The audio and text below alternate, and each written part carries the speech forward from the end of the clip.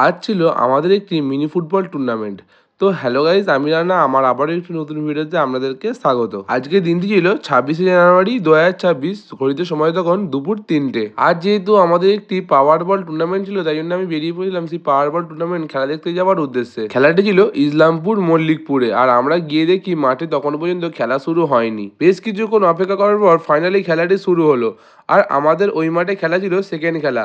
ওই খেলাটি শেষ হওয়ার পর আমাদের সব প্লেয়ারগুলি মাঠে প্রবেশ করলেন।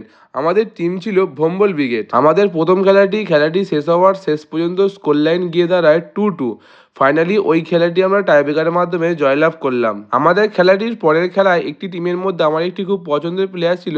প্লেয়ারটির নাম হলো জুনিয়র স্কিল মাস্টার পলু। ওই খেলাটি পলুরা অনেক গোলের ব্যবধানে জয়লাভ করেন। সন্ধ্যা হয়ে যাওয়ার কারণে আমি এবং আমার ভাই মিলে চলে গেলাম টিফিন করবার জন্য। ওখান থেকে টিফিন করা সম্পূর্ণ হয়ে যাওয়ার পর আবারও চলে এলাম মাঠের কাছে। মাঠে আসবার পর দেখলাম যে একটি ছোট্ট বোন কত সুন্দর আমাদের সামনে যোগা পরিবেশন করে দেখাচ্ছেন।